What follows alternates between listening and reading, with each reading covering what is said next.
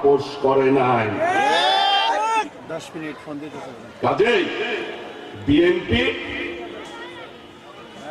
গণমানুষের দল, জনগণের কথা চিন্তা করে পদক্ষেপ নেয়। জনগণও বিএনপির সাথে সবসময় থেকেছে, ভবিষ্যতেও থাকবে। এই মুহূর্তে যদি বাংলাদেশে নির্বাচন হয়, কোন দল পাস করবে বলেন তো?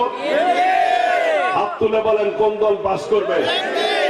বিএনপি পাস করবে, এটিই বাস্তবতা। সেই জন্য আজকে ষড়যন্ত্র হচ্ছে বিভিন্ন ভাবে। অনেকেই বলার চেষ্টা করেন আওয়ামী লীগ আর বিএনপি নাকি মুদ্রার এপিটোপি। বাস্তবতা কি তাই?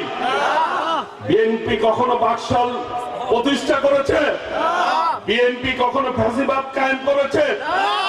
বিএনপি যতবার ক্ষমতা এসেছে নির্দিষ্ট টাইমে আবার ক্ষমতা জনগণের কাছে হস্তান্তর করেছে। কাজেই বিএনপি আর আওয়ামী লীগ এক জিনিস করেছে।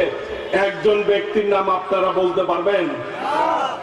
সঠিক প্যাড আর সঠিক তথ্য দিয়ে এসো সামলে নিব এক হয়ে। Mona Lisa sanitary napkin. আওয়ামী লীগের অসংখ্য গডফাদার আপনাদের এই যে পাশেই আছে,